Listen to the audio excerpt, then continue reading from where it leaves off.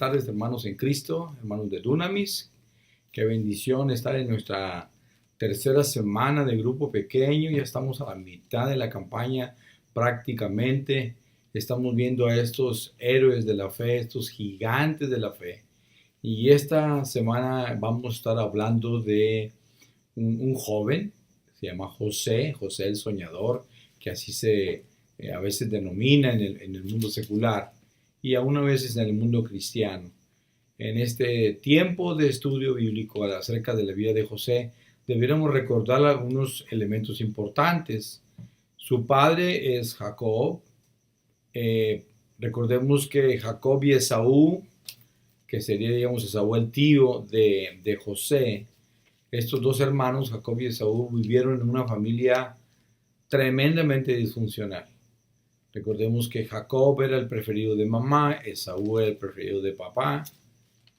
En esta historia, en la vida de José, en los capítulos de Génesis, capítulo 37 hasta el 45, exceptuando por ahí el capítulo 38, que nos aparece un paréntesis en la vida de Judá, vamos a centrar el estudio el día de hoy.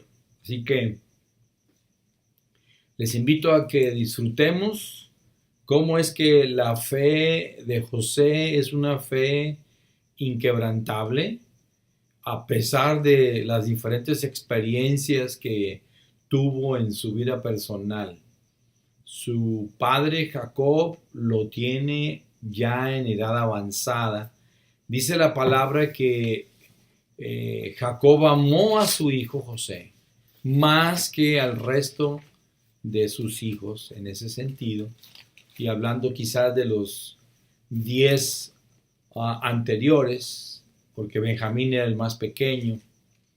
Y entonces la palabra de Dios nos dice que Jacob amaba a su hijo más que a los demás. Jacob tanto lo amó que lo distinguió con una túnica de colores. Le expresaba su amor, su preferencia sobre los demás hermanos. Y esto, por supuesto, iba a generar en la vida de José una serie de problemas que van a incidir o tratan de incidir en la fe. Usted sabe que cuando en la familia hay preferencias de los padres hacia los hijos, lamentablemente se van a generar tremendas situaciones como envidias, rechazos, rivalidades, competencias, resentimientos. Puede haber hasta odios y amarguras en la vida familiar porque el hijo o la hija no pudo tener el amor de un papá o de una mamá. Así que la Biblia nos narra en el capítulo 37, en el verso 2, que José era de 17 años, prácticamente ya un joven. Todavía, digamos, no alcanzaba la mayoría de edad a la nuestra, pero para el joven judío desde los 12 era considerado parte importante en la toma de decisiones de la familia, etc. Así que José nos habla el día de hoy de una fe inquebrantable. ¿Qué podemos hacer nosotros o qué hacemos nosotros cuando estamos pasando por situaciones difíciles? Vamos a ver algunas situaciones como las que acabamos de mencionar. Dice la palabra de Dios que los hermanos de José finalmente lo rechazaron. Escuche bien, casi lo odiaban. Versos 5, 8 y 11. Podemos darnos cuenta de cómo ellos expresaban su sentimiento o su sentir hacia José. Porque José, en la narrativa del capítulo 37, nos explican que recibe una visión. José tenía la capacidad de interpretar sueños, así como en el caso de Daniel en su momento. Y la palabra de Dios nos dice que José tuvo un sueño donde las espigas de sus hermanos se inclinaban ante la espiga de él. Cuando les platica él este sueño a sus hermanos, pues más le cargaron la mano, más lo rechazaban, más coraje les daba en su momento. Recordemos que el domingo acabamos de estudiar 5 factores que pueden incidir en la vida, en la fe de cada uno de nosotros. Y una de esas, pues pueden ser las situaciones de rechazo que a veces experimentamos en una familia, toda esta disfuncionalidad, la competencia entre hermanos. Es más, las esposas de Jacob, Raquel y Lea, narran en los capítulos previos al capítulo 37 cómo se tenía envidia una a la otra, una por no tener hijos y la otra por tenerlos, etc. Y era tremenda la competencia que había entre Raquel y Lea. ¿Qué haces tú cuando hay este tipo de cosas en un matrimonio? Por ejemplo, hay una competencia quizás del amor del hijo hacia la madre, el amor del hijo hacia la esposa, por ejemplo, ¿no? Hay veces que pareciera que esto se da y cómo entran los celos y las envidias de la nuera hacia la suegra y viceversa cuando están compitiendo de una manera, creo yo, absurda por el amor del hijo o del esposo, según el caso. Así que uno de los factores que nos pueden afectar en nuestra vida es cómo vamos a hacer o cómo vamos a reaccionar ante el sufrimiento, ante la crisis, ante ver problemas en la familia, cómo esto nos afecta. Bien, así que, ¿qué harías tú cuando tus hermanos te quieren vender y tus hermanos te odian? ¿No es cierto que algunas veces hemos tenido a lo mejor un familiar que nos haya hecho daño fuertemente?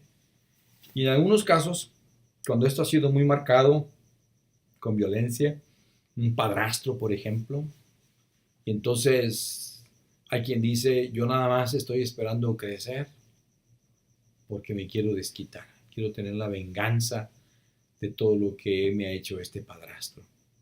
Y así puede haber situaciones tan difíciles que van minando nuestra fe. Muy bien, el día de hoy entonces vamos a ver cómo es posible que la fe no se quebrante en medio de las crisis, los sufrimientos, las pruebas y las dificultades. Sufrimientos en la familia, número 1. ¿Qué haces tú cuando tu esposa te desplaza por los hijos? ¿Qué haces tú cuando el esposo te desplaza por el amor de una hija y tú sientes que ya no eres la número 1? ¿Qué haces tú en tu vida personal? ¿Cómo procesamos esos sentimientos y cómo a veces nos llegan a dominar y hasta nos llegan a robar la paz en nuestra vida personal? Así que el sufrimiento de la familia es un factor. Hablábamos también el domingo de la importancia de la unidad. Una familia que no está unida es una familia dividida, entonces está propensa a los ataques del enemigo en ese sentido. ¿Está bien? Ahora, de la historia de José podemos destacar algunos aspectos relevantes como número 1, su fe no se quebrantó a pesar de los problemas que estuvo en su familia.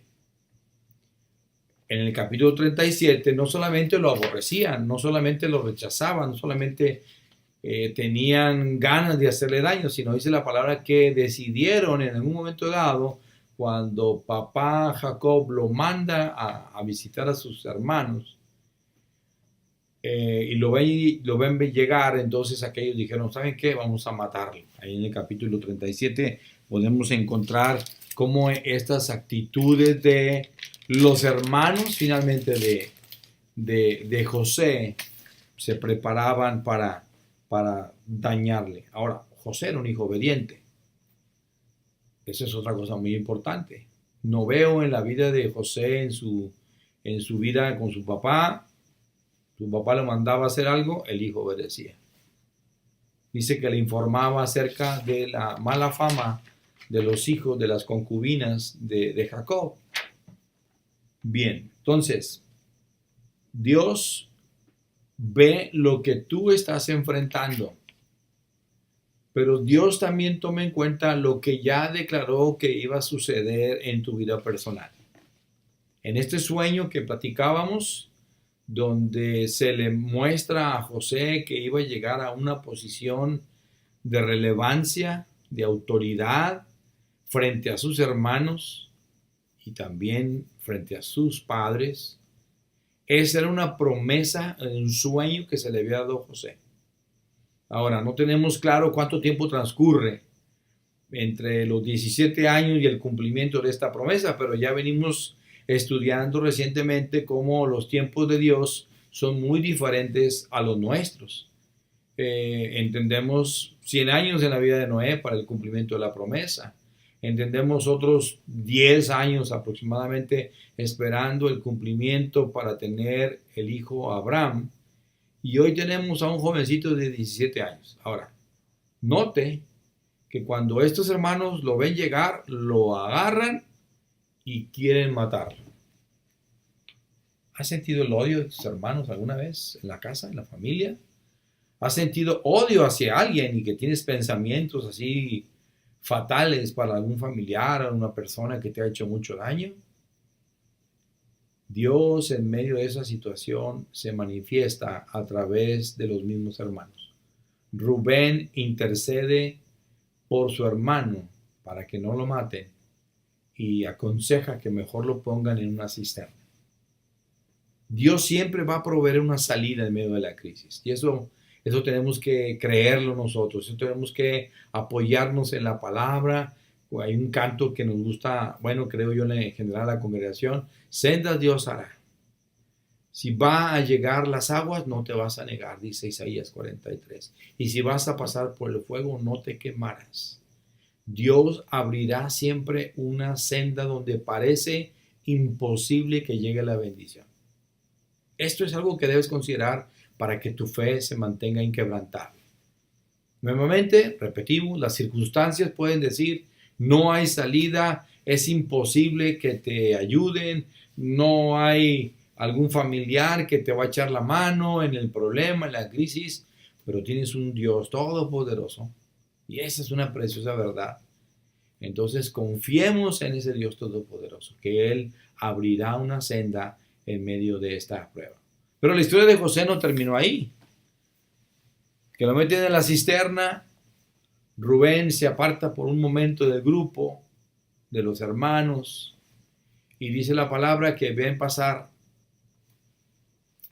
a una caravana de madianitas y entonces deciden venderlo a estos madianitas como un esclavo.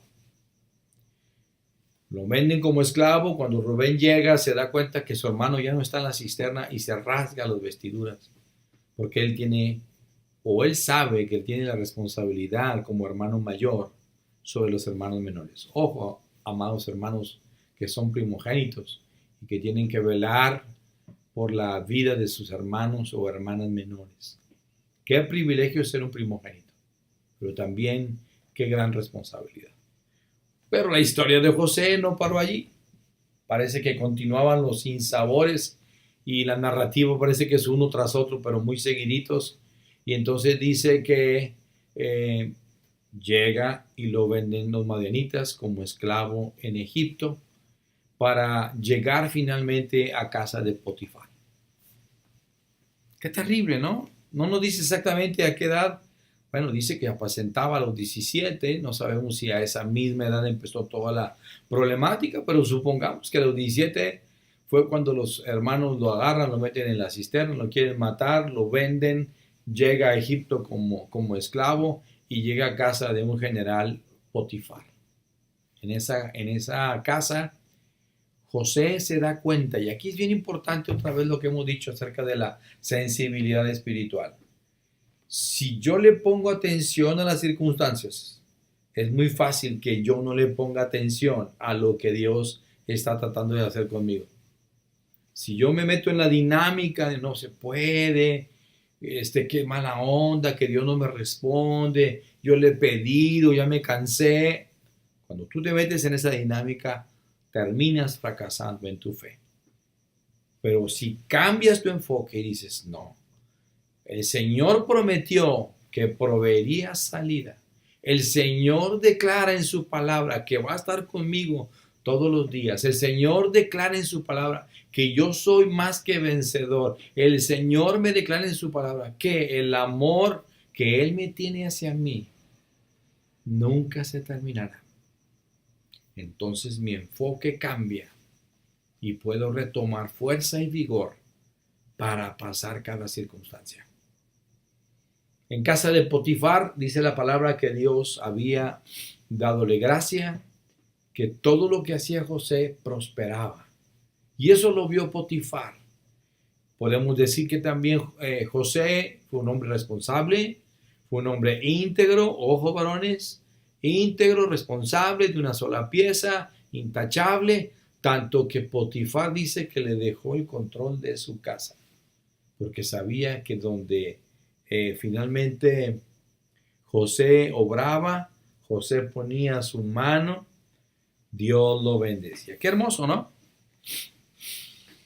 Qué hermoso saber que tú y yo confiamos en el Señor y en la medida que avanzamos, hacemos las cosas responsablemente, vemos que Dios va dándonos gracia en el trabajo, gracia en la escuela, gracia en las diferentes funciones que podemos tener. Hay algunas preguntas que nosotros deberíamos reflexionar en esta primera parte de todo este transitar de José, de la familia. ¿Qué errores deberíamos evitar nosotros como padres? También quiero recordar que voy a entregarles una hojita extra a los facilitadores para que lo aprovechen en estos tiempos de discusión cuando terminemos la enseñanza. ¿Qué errores hay que evitar como hermanos? ¿Cómo sería la prudencia que debemos tener cuando algo Dios nos da? Es decir, Dios te da una promesa, Dios te muestra un sueño que algo va a hacer contigo y tú te emocionas, pero en esa emoción a lo mejor muestras cierto autorrealización, cierto orgullo. De repente escucho a algunos hermanos que dicen, no, yo soy un consentido de Dios y cosas de ese tipo que a lo mejor incomoda a mucha gente, molesta en su momento. Pero ¿qué podemos corregir o poner en práctica acerca de la prudencia? ¿Y cómo deberíamos cuidar que nuestro corazón no se contamine porque termina contaminando nuestro actuar en las relaciones interpersonales? ¿Está de acuerdo? Si yo tengo un resentimiento hacia una persona, lo más seguro es que mi relación interpersonal con esa persona se contamina con actitudes ásperas, a lo mejor manifestaciones de falta de respeto, y usted puede ahí agregar todas las que vengan a su cabeza. Bien. Segunda parte. ¿Cómo podemos mantener nuestra integridad moral en medio de las presiones? Porque ¿están de acuerdo que la integridad es cómo nos comportamos cuando nadie nos ve? Voy a la iglesia y creo yo que intentamos portarnos todo lo mejor posible. Pero cuando nadie me ve, cuando nadie quizás se da cuenta qué hago yo en mis momentos íntimos, la pregunta es, ¿qué tan íntegro soy? José se queda en casa de Potifar. La Biblia describe que él era un joven bello de apariencia muy atractiva. La esposa de Potifar puso sus ojos en él y le dijo, duerme conmigo. Ahora, el acoso sexual hoy en día es tremendo. Es tremendo. Ya no es un acoso nada más de los hombres hacia las mujeres. Ahora hay un acoso sexual también de las mujeres hacia los hombres. No es nada nuevo. Ahí está en la Biblia. Pero este joven, ante estas presiones de parte de la mujer de Potifar, este joven le dice, discúlpame, pero hay algo muy importante para mí, tú eres lo que mi amo, mi señor, ha reservado, tú eres su esposa y yo no puedo hacer tal cosa. Además, ¿cómo voy a pecar? ¿Cómo voy a hacer esto en contra de mi Dios? El temor de Dios es fundamental para evitar caer en las tentaciones. Cuando tú tienes claro y para tu vida es relevante no pecar ni ofender a Dios, vas a cuidar tu corazón, vas a cuidar lo que ves, vas a cuidar lo que hablas, vas a cuidar tu caminar, vas a cuidar lo que tocas, porque eso es lo que hace el temor de Jehová. Déjenme ponérselo de otra manera. Yo no sé cómo les fue a ustedes cuando fueron hijos de familia, pero quiero entender que los hijos de familia, sobre todo hoy en día que se discute y ya sacaron una ley que ya no se le puede dar nalgadas a los hijos en Coahuila, por ejemplo, según tengo entendido. Nosotros que pasamos en aquella escuela que nos daban nalgadas o quizás a otros les fue peor, y ahí sí, bueno, ya sería una violencia X. Pero la realidad de las cosas es que mucha de la disciplina que recibimos de los padres, inclusive la Biblia lo dice, no fue grata en su momento, ¿no? Pero qué bueno que hubo disciplina en su momento, porque eso nos ayudó a dejar de hacer muchas cosas malas. No todas, pero sí dejamos de hacer cosas malas. Por eso creo que es importante que tengamos el temor de Jehová en nuestro corazón, de saber que Él puede disciplinarnos, puede reprendernos y puede castigarnos y aún en el caso peor, quitarnos la vida si eso, el pecado fuera de esa gravedad delante de sus ojos. Así que José nos enseña su integridad, su temor de Dios para apartarse de esta tentación y de este pecado. Ahora, nuevamente hemos dicho que vivir la vida cristiana, vivir la fe, tiene su costo. Cuando este joven decide no tener relaciones, ya al colmo, esta mujer dice que lo aprisiona de sus ropas. Aquel joven mejor decide huir de las pasiones juveniles, pero cuando se quedan las prendas de vestir allí en posesión de aquella mujer, esta mujer lo acusa injustamente. Y continúa el viacrucis y el calvario de José que va a dar a la cárcel. También recuerden que hemos hablado de lo que es un prototipo. José es un prototipo de Cristo. Rechazado, menospreciado, repudiado, acusado injustamente, fue llevado a la cárcel. Y estando en la cárcel, dice la palabra que nuevamente el jefe de la cárcel ve todo lo que hace José lo prospera, Dios le ayuda, Dios lo bendice. Y entonces prácticamente lo dejan del supervisor, gerente de lo que lo pudiera ser la cárcel hoy en día, o algo como un cerezo, porque todo lo que José hacía, lo hacía de manera tan agradable a Dios que Dios lo prosperaba. Pero José empieza a entender algo más.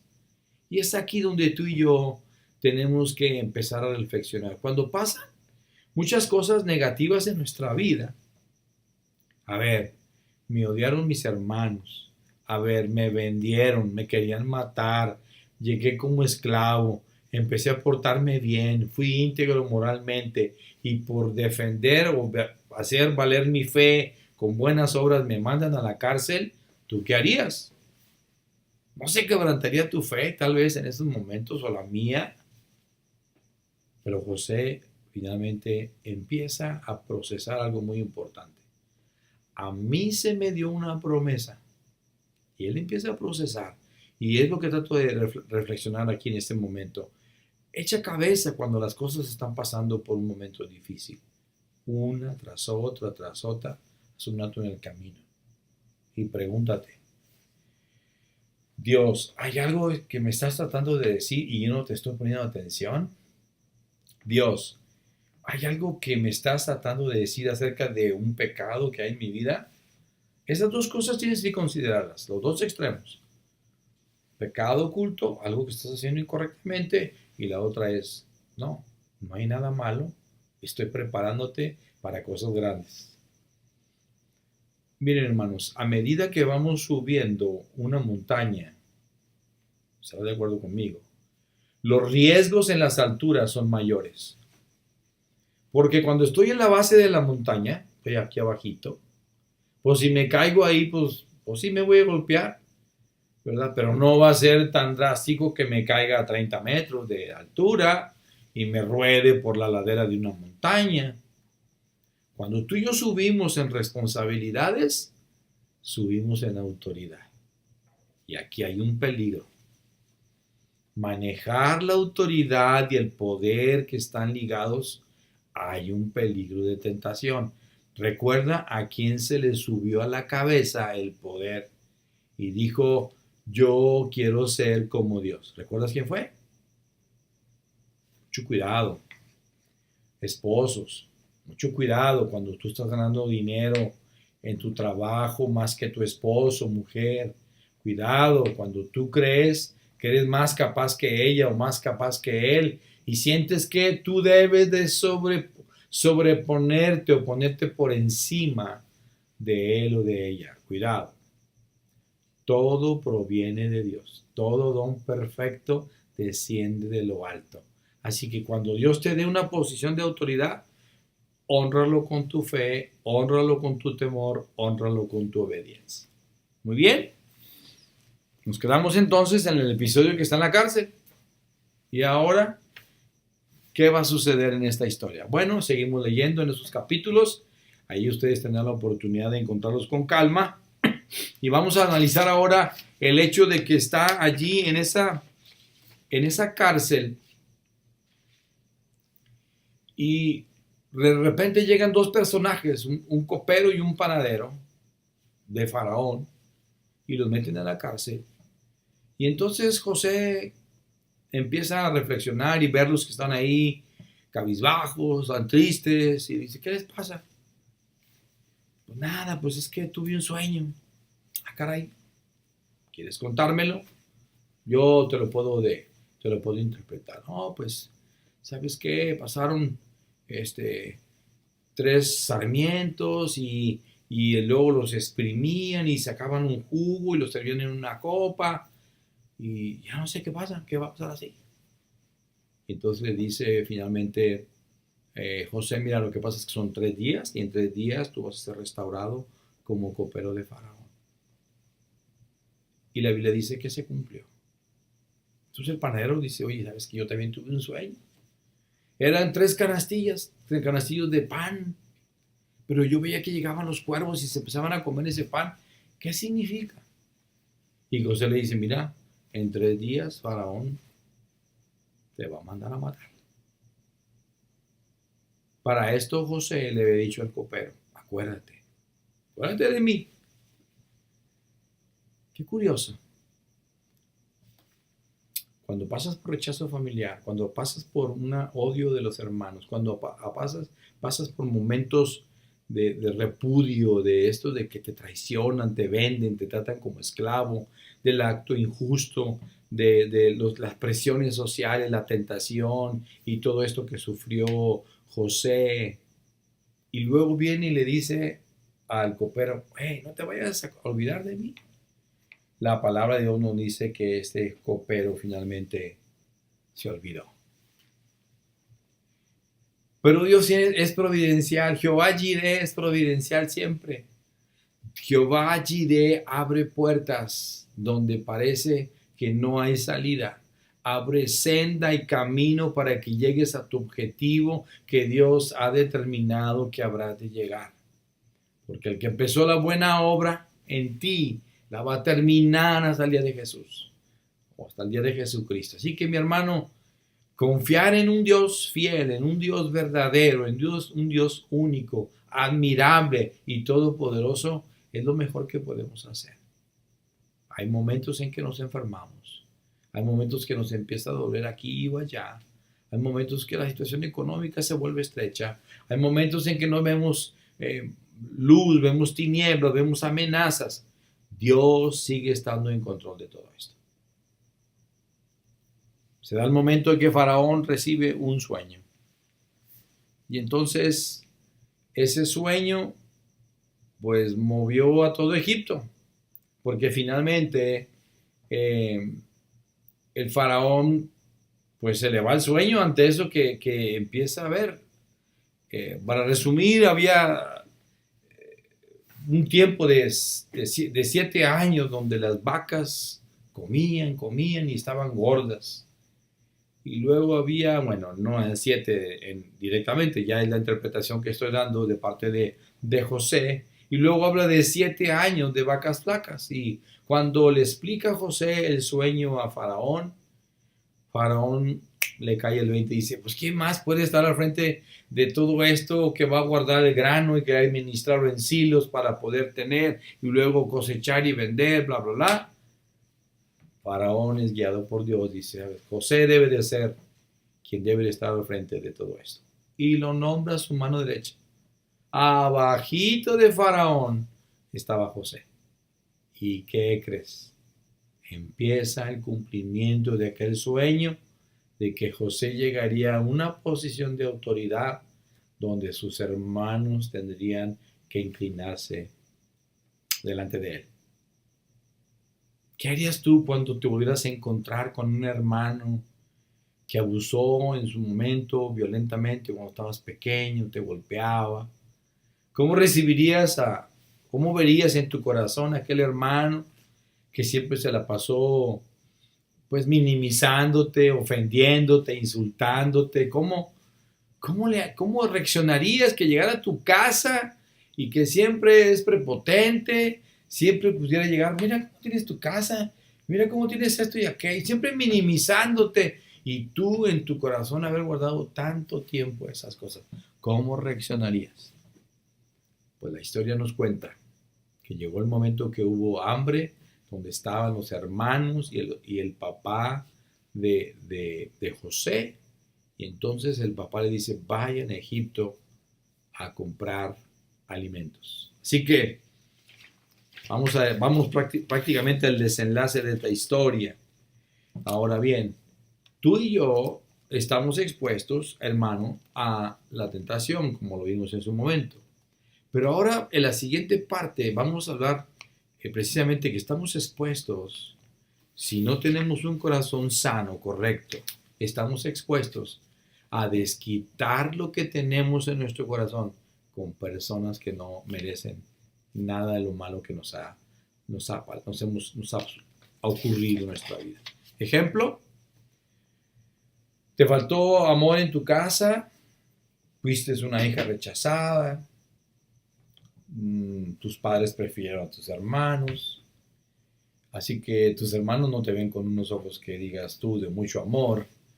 Sin embargo, ese rechazo que tú tienes en tu corazón, que no lo supiste sanar correctamente, llegas a tu matrimonio, llegas a tu familia y sabes que lo que no sanamos, la Biblia dice, de la abundancia del corazón, habla la boca. Muy bien, en esta última parte de nuestro estudio tenemos que ver el desenlace. Cómo la fe inquebrantable de José se encuentra cara a cara con aquellos hermanos que lo habían odiado, que lo habían vendido, que trataron de matarlo, que fueron injustos con él en un cierto sentido, y que ahora José en esta trama de los últimos capítulos de Génesis, ahí del 42 al 44 aproximadamente, si no me equivoco, ustedes y yo vamos a encontrar cómo José hace toda una serie de, ahora sí podríamos decir, de argucias o de artimañas o de tretas para postergar, hacer sufrir. A eso lo van a reflexionar ustedes en las preguntas en su grupo pequeño. Si realmente José actúa con esa intención de que pasaran por esos momentos de angustia, quizás como él lo había pasado. Y decíamos que cuando no hemos sanado correctamente nuestro corazón, lo que hemos sufrido en la familia, lo que hemos sufrido de adolescentes, de jóvenes, llega el momento de casarnos, en ese momento generalmente vamos a vaciar todo ese dolor, todas esas circunstancias que están aquí guardadas, rechazo, menosprecio, desilusión, etcétera, y afectarán nuestra relación en el matrimonio. Nos guste o no nos guste, pero la Biblia dice que de la abundancia del corazón habla la boca. Así que José nos enseña cómo él se prepara o cómo es que él llega a entender cómo va a tener que tratar a sus hermanos cuando llegue el momento de verlos cara a cara. Quizás él no sabía que se iba a dar. Quizás él decía, bueno, ya estoy acá en Egipto, ya llegué al nivel de posición y de autoridad, pero ¿qué será de mi familia? Quizás él nunca se preguntó. Ven ustedes que no hizo algo así como, oye, vayan a buscar en tal parte, para explorar la tierra, a lo mejor ahí hay una familia. No nos explica eso la Biblia. Sin embargo, cuando llegan los hermanos, al momento en que se revela, y me quiero enfocar prácticamente en el capítulo 45 del libro de Génesis, hay una porcioncita de la Biblia cuando ya finalmente José se da a conocer. Y dice así el verso 5, dice, ahora pues no os entristezcáis, ni os pese de haberme vendido acá, porque para preservación de vida me envió Dios delante de vosotros. Cuando tú llegas a entender el porqué de las cosas que pasan en la vida, cuando tú llegas a entender todo esto en su momento, te das cuenta que los designios de Dios eran para algo mayor que no llegabas a entender.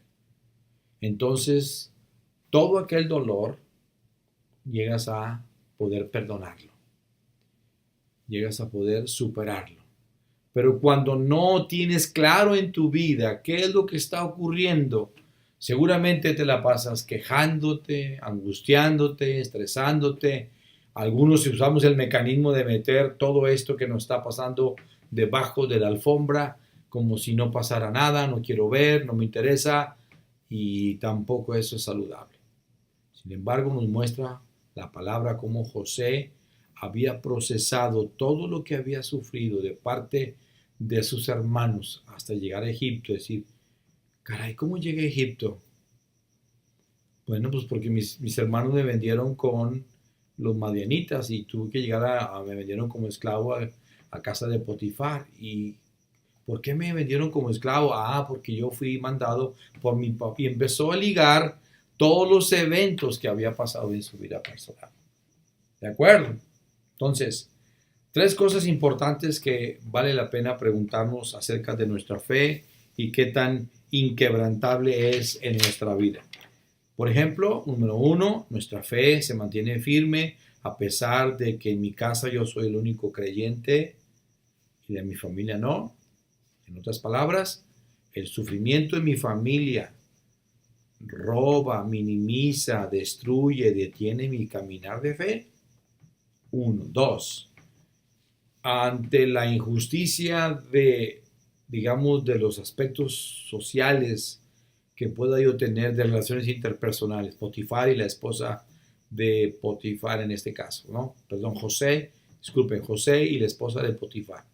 Ante ese trato injusto, ante esa, digamos, acusación injusta y que lo lleva a la cárcel, ¿tú cómo procesarías todo eso finalmente? ¿Tu fe cómo estaría? Y tercero, ante el resentimiento que pudiese haber en tu vida personal, ante el dolor que pudiera haber en tu alma por el daño que te hizo tal o cual persona, ¿cómo lo procesarías en el tiempo hasta llegar el momento de ver a aquella persona cara a cara? José se mantuvo inquebrantable y José fue obediente en todo momento. Un valor importante que debemos considerar es el temor de Jehová en la vida de cada uno de nosotros.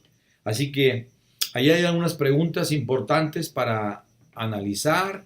Espero que puedan tener un diálogo en grupos más pequeños, dentro de su grupo pequeño, para permitir generar preguntas, cuestionamientos, y la interacción grupal ya el mismo facilitador la hará. Pero la idea es precisamente eso, ver cómo reaccionamos ante la gente que nos ha fallado, máxime que son nuestros familiares. ¿Ya perdonaste a tu papá, a tu mamá? ¿O todavía ese enojo y ese resentimiento lo expresas de otra manera y no te das cuenta? ¿Cómo le haces para superar la tentación en lo secreto? Hablamos de la integridad en ese sentido. Y la otra es, oye, ¿qué situaciones te hacen vulnerables? ¿Qué cosas a lo mejor tú te das cuenta que no te agrada meterte por allí porque te vuelve vulnerable? Así que Somos desafiados ante los sufrimientos, sí. Somos desafiados ante las tentaciones y somos desafiados ante el manejo del dolor que hay en el alma para vivir una fe inquebrantable. Paz de Cristo para todos ustedes. Dios les bendiga.